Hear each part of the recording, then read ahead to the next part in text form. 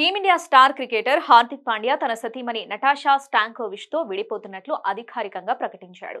పరస్పర అంగీకారంతో 4 ఏళ్ల తమ బంధానికి ముగింపు పలుకుతున్నామని సోషల్ మీడియా వేదికగా వెల్లడించాడు. నటాషా తన కుమారుడు అగస్త్యను తీసుకుని ముంబై నుంచి విడిచిన కొన్ని గంటల్లోనే హార్దిక్ ఈ విషయాన్ని తెలిపాడు.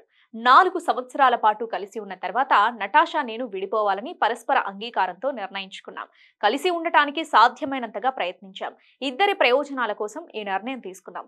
ఎన్నో మధుర క్షణాల అనంతరం కుటుంబం ఏర్పడిన తర్వాత విడిపోవడం కఠిన నిర్ణయమే. అగస్త్య మా ఇద్దరితోనూ ఉంటాడు. అతని సంతోషం కోసం తల్లిదండ్రుల్లా మేం అండగా ఉంటాం. ఈ కష్టమైన సమయంలో మా గోప్యతకు సహకరించాలని, మాకు మద్దతివ్వాలని కోరుతున్నామని హార్దిక్ నటాషా ట్యాగ్ లైన్ తో హార్దిక్ ఇన్స్టాగ్రామ్ లో పోస్ట్ చేశాడు. దాదాపు 7 ఏళ్ల క్రితం ముంబైలోని ఓ హోటల్లో హార్దిక్ నటాషాకు పరిచయం ఏర్పడింది. ఆ పరిచయం స్నేహంగా, ఆ తర్వాత ప్రేమగా మారింది. 2020 జూలైలో అగస్త్య జన్మించారు. అయితే వారిద్దరి వివాహాన్ని మాత్రం ఆలస్యంగా చేసుకున్నారు. 2023 ఫిబ్రవరి 13న పెళ్లి చేసుకున్నారు. అయితే విడాకుల తర్వాత సోలంకి అనే అమ్మాయిని పాండ్యా పెళ్లి చేసుకోబోతున్నాడని వార్తలు వస్తున్నాయి.